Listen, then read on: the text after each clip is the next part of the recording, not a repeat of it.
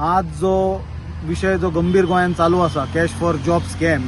आणि ताजे बॅकफुटाचेर जेन्ना काल आमी पळयला की पुलीस डिपार्टमेंटाचे टॉप ऑफिसरांनी प्रेस कॉन्फरन्स घेतला, तातूंत DGP आसा, अदर IPS ऑफिसर्स आसा, नॉर्थ गोवा आणि साऊथ गोवाचे SP आसा आणि हे प्रेस कॉन्फरन्स तांच्यांनी घेतले आनी तांच्यांनी सांगला की जॉब फॉर स्कॅमांक कसलेच पॉलिटिकल कनेक्शन ना, कोणाचो पॉलिटिकल तांकां इन्वॉल्वमेंट दिसूंक ना।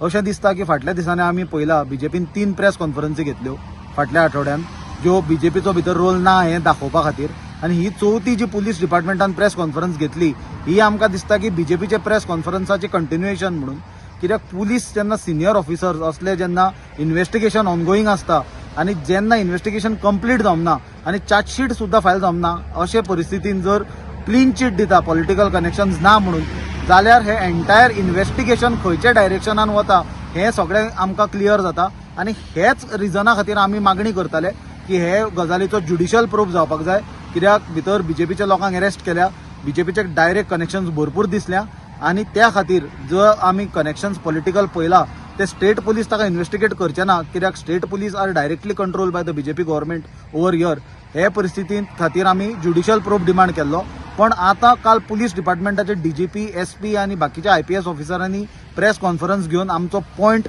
विंडिकेट केला। आमचो पॉइंट जो आसलो तो आमचो जो मुद्दो आसलो तो प्रूव्ह केला। फक्त पुलीस डिपार्टमेंटाच्या ऑफिसरांनी गळ्यान आपलो BJPचो मफलर आणि तकलेर BJPचे चेपे घालपाचे फाल्स असले, ती पुलीस डिपार्टमेंटाची प्रेस कॉन्फरन्सा परस चड ती BJPची प्रेस कॉन्फरन्स कशी आसली।